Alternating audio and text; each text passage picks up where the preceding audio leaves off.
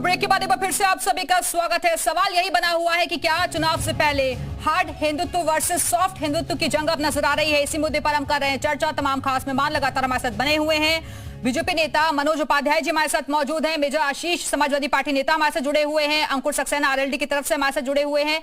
सुशील पासी जी कांग्रेस प्रवक्ता हमारे साथ मौजूद हैं और विजय उपाध्याय जी राजनीतिक विश्लेषक हमारे साथ जुड़े हुए हैं। बहुत बहुत स्वागत है एक बार फिर से आप सभी का। लेकिन अब चर्चा की शुरुआत सुशील पासी जी मैं आपके साथ ही करना चाहूंगी, क्योंकि हिंदुत्व ही वो ऐसा मुद्दा रहा है जिसकी आलोचना आप लोग करते रहे हैं बीजेपी को लेकर और कटघरे में खड़ा करते रहे थे अभी तक। लेकिन इसी राह पर अगर आप लोग चल रहे हैं तो सवाल तो फिर पूछा जाएगा ना। देखिए, मेरी पहले तो ये बात है कि जब मैं कहूं तो सारे प्रवक्ताओं को मैं सुनता हूं, बीच में व्यवधान कांग्रेस की बात भी सुननी चाहिए। केवल भाजपा की बात अगर सुनी जाएगी तो फिर डिबेट का कोई मतलब नहीं होता है। मैं ये कहना चाहता हूं कि इस देश में जितने भी प्रधानमंत्री हुए वो सब ने सभी धर्मों का सम्मान किया है। चाहे हार्ड हिंदुत्व और सॉफ्ट हिंदुत्व ये कोई शब्द नहीं होता है। इस देश में करोड़ों लोग ऐसे हैं जिनको आप हिंदू मानते भी नहीं है और फिर भी वो सनातन धर्म में कोई सूर्य की पूजा करता है, कोई जल की देवता की पूजा करता है और प्रकृति की भी पूजा करता है। मेरे कहने का तात्पर्य है ये धर्म की जो परिभाषा इस समय भारतीय जनता पार्टी इस देश के लोगों को सिखाना चाहती है, ये देश के लिए घातक है। क्योंकि इस देश में किसानों के साथ अन्याय हो रहा है। आप देख रही, जब मनमोहन सिंह की सरकार थी तो 4.8% कृषि आय हुआ करती थी, किसानों की आय हुआ करती थी। आज क्या इस देश में है? आज इस देश में 1.2% कृषि की आय इस समय किसानों की है और वो भी उन किसानों की है जिनके पास किसानी के अलावा दूसरे उनके पास कोई आय का साधन नहीं है। और इसीलिए आप देख रही हैं कि दिल्ली बॉर्डर से लेकर के आपके दिल्ली तक के जितना भी किसान है आज बॉर्डर पर क्यों लगा हुआ है, क्यों जाना चाहता है, क्यों इस देश की। सुशील जी, धर्म की परिभाषा आप लोग बीजेपी के लिए बता रहे हैं, लेकिन ये कौन सी परिभाषा है कि जब मौसम बदला, चुनाव आया तो आप लोग मंदिर मंदिर घूमने लग गए? जनता ये भी तो देखती है ना। इस देश में ऐसे भी लोग हैं जो मंदिर में जाते हैं, उसकी फोटो नहीं देते हैं। घरों में लोग पूजा करते हैं। जब करवा चौथ की पूजा महिलाएं करती हैं और चांद की पूजा करती हैं, वो भी सनातन धर्म का अंग होता है। जब गंगा में लोग बैलगाड़ी में बैठ करके स्नान किया करते थे तो भी सनातन धर्म के आधार पर जाया करते थे। ये इस देश में भाजपा जब पैदा नहीं हुई थी, वही बात मैं कह रहा हूं, ये भाजपा सिर्फ आस्था के नाम पर अभी 2019 में जो आपका चुनाव हुआ वो पुलवामा के नाम पर इन्होंने खेल खेला। 2014 में ये चुनाव हिंदुत्व के नाम पर नहीं आए थे। इन्होंने बताया था कि इस देश में काला धन है, काला धन की सूची दिखाने का नंबर आया तो 10 साल हो गया, आज तक ये काला धन की सूची नहीं दिखा पाए।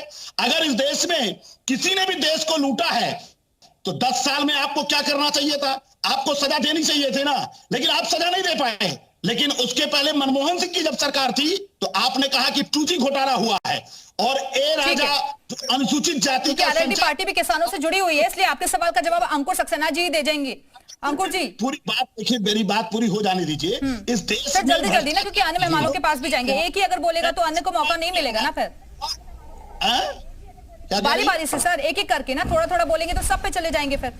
चलिए ठीक है। मैं ये कहना चाह रहा था कि भाजपा अपनी लूट को बचाने के लिए, अपने भ्रष्टाचार को बचाने के लिए ये राम राम जपना और देश का माल हड़पना। ठीक है अंकुर जी वो तो कह रहे हैं कि बहुत सारी समस्याएं आज भी किसानों के सामने और आप लोग तो उसी पार्टी के साथ जा रहे हैं गठबंधन करने के लिए। देखिए, आपके सम्मानित चैनल के माध्यम से एक बात स्पष्ट कर दूं कि जो समस्याएं हैं, निसंदेह राष्ट्रीय लोकदल उन समस्याओं को जानता है और राष्ट्रीय लोकदल चूंकि उन समस्याओं को जानता है, किसानों की पार्टी है, किसानों के बीच में रहते हैं और किसानों की मूलभूत समस्याओं के संबंध में राष्ट्रीय लोकदल अवगत है। तो ऐसी स्थिति में राष्ट्रीय लोकदल चूंकि उन समस्याओं से अवगत है, तो जब हमारा किसी भी राजनीतिक दल से ऑफिशियली केंद्रीय नेतृत्व के द्वारा गठबंधन डिक्लेयर किया जाएगा या केंद्रीय नेतृत्व के द्वारा गठबंधन की बात को आगे बढ़ाया जाएगा या ऑफिशियली कोई स्टेटमेंट दिया जाएगा, तो आप ये मान के चलिए कि कोई भी गठबंधन होता है तो उसमें एक कॉमन मिनिमम प्रोग्राम डिसाइड किया जाता है। गठबंधन की जितनी भी पार्टियां होती हैं, जितने भी गठबंधन के राजनीतिक दल होते हैं, उस कॉमन मिनिमम प्रोग्राम में अपने विचार को रखते हैं। राष्ट्रीय लोकदल की तरफ से जहां तक मैं समझता हूं कि चूंकि किसानों की समस्याओं को हम लोग विशेष तौर पर जानते हैं या विशेष तौर पर किसानों की समस्याओं से अवगत हैं, तो ऐसी स्थिति में हम लोग उस कॉमन मिनिमम प्रोग्राम में किसानों की समस्याओं को जरूर रखेंगे ताकि उनका निस्तारण किया जा सके। अब जब उनका निस्तारण करने के लिए हम लोग प्रतिबद्ध है, इसीलिए तो हमारा केंद्रीय नेतृत्व लगातार प्रयासरत है और आगे बढ़ रहा है। और हम लोग ये जानते हैं और आपके सम्मानित चैनल के माध्यम से आम जनमानस को और अपने किसान भाइयों को ये अवगत कराना चाहते हैं और आश्वस्त करना चाहते हैं कि कहीं ना कहीं 2024 में हम लोग किसान भाइयों के लिए कुछ ना कुछ ऐसा अवश्य करेंगे जिससे किसान भाइयों की मूलभूत समस्याओं का पूर्णतया निवारण हो सके। मैं ये मानता हूं कि वर्तमान में जो केंद्र सरकार है, प्रदेश सरकार है, वो किसानों की समस्याओं के निवारण के लिए अग्रसर है और उसमें जब राष्ट्रीय लोकदल की सोच उनके साथ में मिलेगी और राष्ट्रीय लोकदल की विचारधारा उनके साथ वो मांग पूरी भी हो गई है। ठीक है, वापस आऊंगी आपके पास, लेकिन विजय उपाध्याय जी, ये वोटों के लिए जो टेंपल रन की पॉलिटिक्स है, आखिरकार ये कब तक?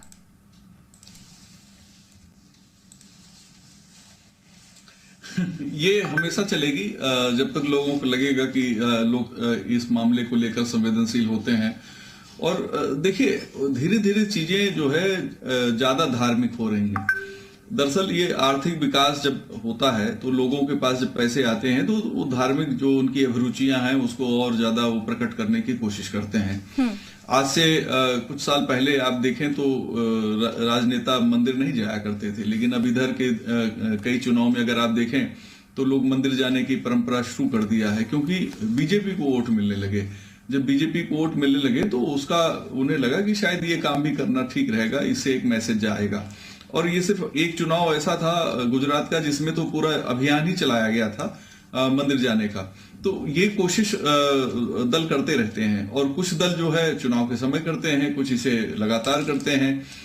लोगों की अपने जो राजनीतिक सिद्धांत हैं उन सिद्धांतों के हिसाब से लोग काम करते हैं।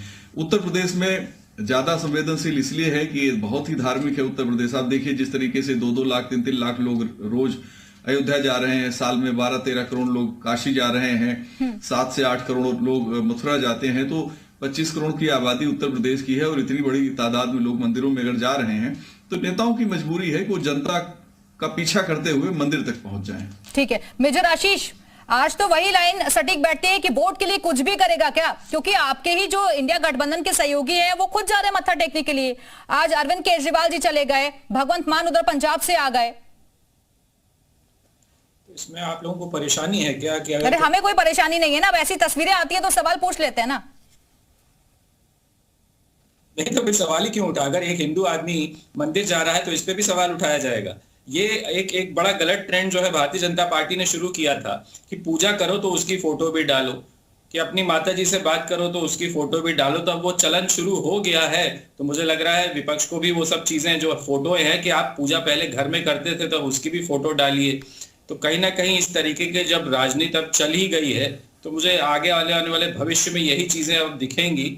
और लेकिन धीरे धीरे लोगों को समझ में आएगा कि जब आपके बच्चों के पास जो है आगे आने वाले भविष्य में वो क्या उनका भविष्य होगा, कहाँ वो जाएंगे, उनको क्या रोजगार के अवसर मिलेंगे, उनकी पढ़ाई कैसी होगी, क्या माहौल होगा, ये चीजें भी अभी धीरे धीरे सामने आने लग जाएंगी। जैसे जैसे जो भारतीय जनता पार्टी ने जो नीतियां अपनाई है उसका असर जो दिखने लगेगा, जो हम देख रहे हैं, जो मैं बता रहा था कि 400 का सिलेंडर 1100 पे आ चुका है, 2 लाख करोड़ का कर्ज जो है देश के ऊपर है, तो वो 18% जीएसटी, यही जो भाजपा की सरकार है ये 14% टैक्स जब वैट था तो उस पर उसका विरोध करती थी बहुत ज्यादा है। आज 18% जीएसटी है और इन्होंने तो 28% तक लगा लिया था, जनता ने विरोध किया तो इन्होंने कम किया।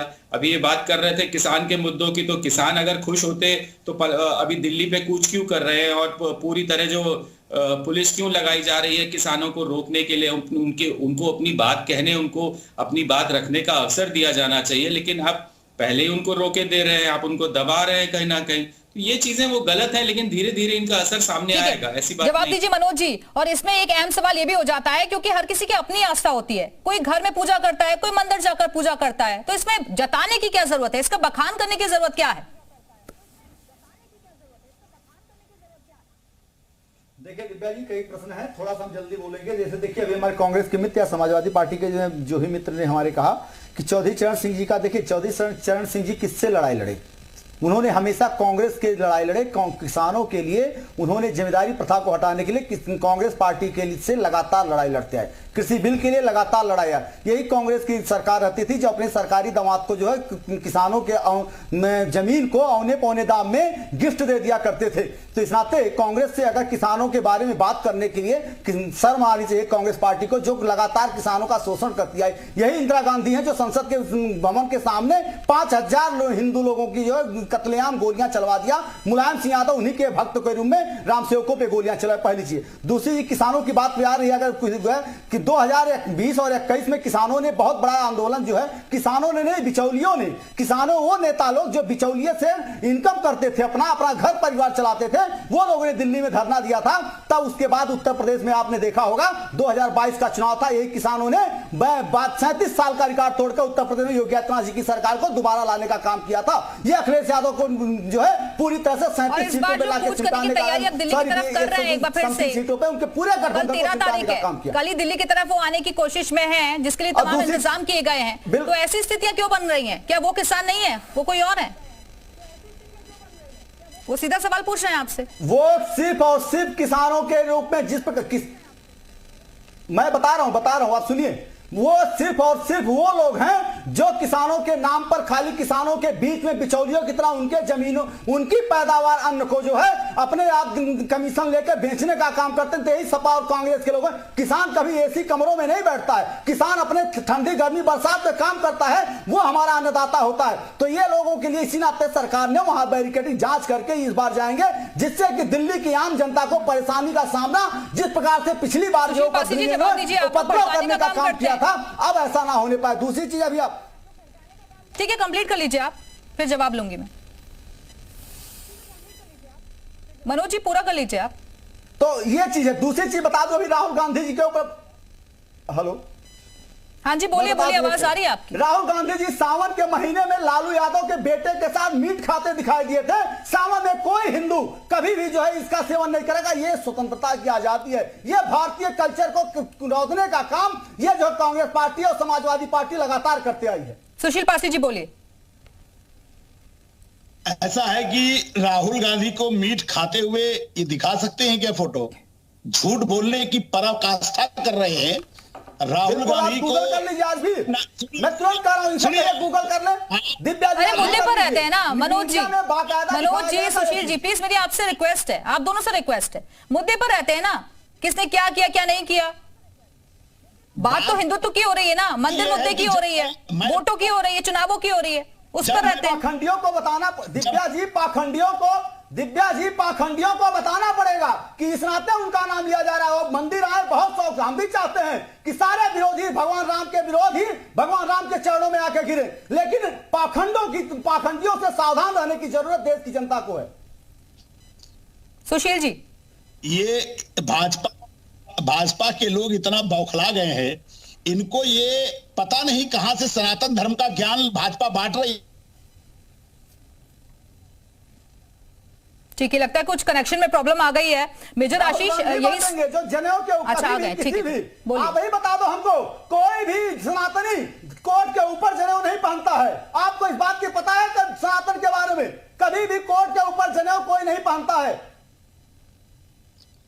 ऐसा है ना, जितना करोड़ों रुपया लेकर के तुमने राहुल गांधी की छवि को धूमिल किया है ना, ये जन नायक राहुल गांधी है जो कर्नाटक में तुमको पटकनी दे दी है। और 25 लोकसभा सीट 25 लोकसभा 2019 में थी। अरे आप लोग कहाँ चले गए? जनता उनको जवाब, प्लीज डिबेट को डिरेल मत करिए प्लीज, मैं आप दोनों से रिक्वेस्ट कर रही हूँ। सुशील जी मनोज जी प्लीज मुद्दे पर रहते हैं ना, किसी व्यक्ति विशेष पर टिप्पणी क्यों करनी है सर? प्लीज मुद्दे पर रहते हैं ना मनोज जी, सुशील जी मुद्दे पर रहते हैं ना। मनोज जी आपने सवाल किया, जवाब दे रहे हैं वो। झूठ इतना परोसो, तुमने इस देश में झूठ परोसा है, तुमने जानबूझकर कहा।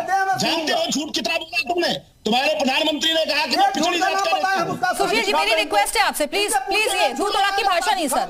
मेजर आशीष बीजेपी यही कहना चाह रही है कि आप लोग भड़काने का काम करते हैं और वोटों की पॉलिटिक्स है ये सब कुछ। वो इतनी होता है बीच में सुशील जी प्लीज सर अपनी बारी में बोलिए, और जिस भाषा का आप इस्तेमाल कर रहे हैं तू थोड़ा की ऐसी भाषा का इस्तेमाल मत करिए यहाँ प्लीज। हमने मेडिकल कॉलेजेस दिए, हमने एक्सप्रेसवेज दिए, हमने महिलाओं की सुरक्षा के लिए 1090 हेल्पलाइन शुरू करी, हमने बहुत कुछ दिया जिससे कि लोग पढ़े लिखे, हमने लैपटॉप्स दिए लोगों को कि जिससे लोग जागरूक हों, पढ़े, एक पूरा परिवार जागरूक हो, यह हमारी सोच थी।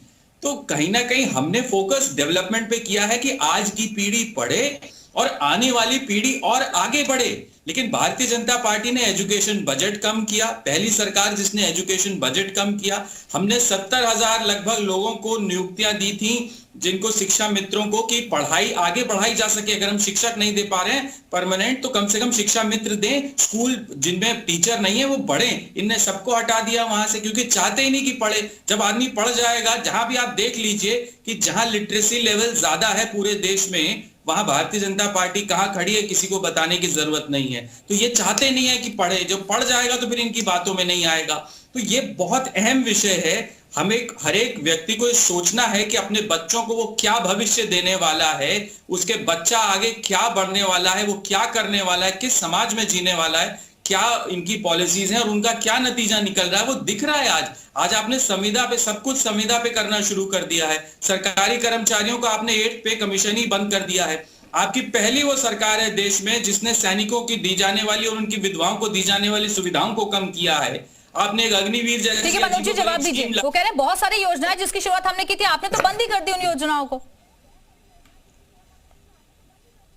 विजय उपाध्याय जी इसके बाद आ रही हूं आपके पास। बिल्कुल, इन्होंने बेरोजगारी भत्ता देने का काम दिव्या जी ने किया था। बेरोजगार किसी भी एक बेरोजगार को मैं बता दूं 500 रुपए में कौन सी बेरोजगारी दूर होती है। भारतीय जनता पार्टी ने मुद्रा लोन देकर बेरोजगारों को सशक्त बनाने का काम किया। 500 का हमने दक्षिणा नहीं दिया था, इसको कहते हैं आशीष जी चंदा। जो चंदा आया सहयोग राष्ट्र को भगवान राम के मंदिर में प्रयोग करते हैं शब्द। ये बेरोजगारों को आपने चंदा दिया था 500 रुपए, वो भी मात्र 3 महीने, और उसमें घोटाला करके अपने घर को भरने का काम किया था। आपने सवाल किया ना, वो जवाब दे रहे हैं भाई, वो जवाब दे रहे हैं आपकी बातों का। ये घोटाला लगातार आप दोनों बोलते जाएंगे तो किसी को कुछ समझ नहीं आएगा। देश में सबसे ज्यादा कम आय प्रति व्यक्ति एक बिहारी है, हमसे पीछे प्रदेश पूरे देश में। तो ये तो हाल कर देश का, वो बता रहे हैं ना, वो बता रहे हैं। ठीक है, जल्दी से मनोज जी जल्दी से जवाब दीजिए। प्रति व्यक्ति आय में केवल बिहार हमसे पीछे है। मेजर आशीष, मेरा सवाल मनोज जी से है। मनोज जी जल्दी से। मुख्यमंत्री अखिलेश यादव, दूसरा कोई नहीं है। दूसरी चीज मैं आपको बता दूं, यही मुलायम सिंह यादव बहन बेटियों की बातें करते हैं ना। ठीक है, मुलायम सिंह यादव, ठीक है, वक्त की कमी इसलिए कंक्लूडिंग रिमार्क जल्दी से विजय उपाध्याय जी आपसे। हमने योजना दिया, हमने बेरोजगार, ये बहस ऐसी है जो कभी खत्म नहीं हो सकती। जो तुम्हारी सरकार ने बनाई है जो दिखती है। नहीं, देखिए ऐसा है कि राजनीतिक लोग अपने अपने दावे करते हैं, लेकिन हकीकत यह है कि जब 1947 से देश को आगे बढ़ते हुए देखते हैं तो हमें समझ में आता है कि कहां किस किस स्टेप पे गलती हुई। अगर पढ़ाई की हालत आज खराब है तो वो तमाम सरकारी जिम्मेदार हैं जो पहले से थी। आज हमारी आर्थिक विकास अगर पीछे है तो एक समय कानपुर की इंडस्ट्री बंद कराने वाले जिम्मेदार हैं जो हड़ताल करा के सारी इंडस्ट्रियां बंद करा दी। मुंबई की सारी इंडस्ट्रियां बंद करा दी जिन लोगों ने, कोलकाता की सारी इंडस्ट्रियां जिन लोगों ने हड़ताल करा के बंद करा दी। ये सब देश विरोधी गतिविधियां अब लगता है। क्यों लगता है कि आज रोजगार की बात करने वाले सिर्फ सरकारी नौकरी कैसे दे सकते हैं सभी को। उत्तर प्रदेश सरकार का 7 लाख का बजट है जिसमें से 3.5 लाख करोड़ रुपए तो खाली वेतन और पेंशन में चला जा रहा है, तो रोजगार और एम्प्लॉयमेंट कहां से होगा। बहुत से ऐसे सवाल हैं जिस पे राजनेता बात ही नहीं करना चाहते हैं। और शिक्षा, हमारी जो सबसे ज्यादा जरूरत थी, प्राथमिक शिक्षा की बदहाली इस देश में 1947 से आज तक लगातार चली आ रही है। यहाँ पे सुभाष जी हैं, अपने गांव के बारे में सुभाष जी बता दें अगर कि वहां के प्राइमरी स्कूलों की हालत पहले क्या थी, आज क्या है, और बच्चों की संख्या क्या है, किस तरीके से वहां बच्चे जाते हैं। तो जो बुनियादी मुद्दे हैं उसमें कोई बिल्कुल, तो मुद्दे बहुत सारे हैं, उसमें एक अहम मुद्दा हिंदुत्व भी है। और लेकिन इस बार की जंग जो है हमेशा की तरह यहाँ hard Hindutva versus soft Hindutva की नजर आ रही है, लेकिन क्या इसका फायदा राजनीतिक पार्टी को मिल पाता है, क्योंकि बीजेपी इसे अलग तरीके से उठा रही है और विपक्ष भी उसी राह पर अब चलता हुआ नजर आ रहा है। बहुत बहुत शुक्रिया आप सभी मेहमानों का हमारे साथ चर्चा में शामिल होने के लिए।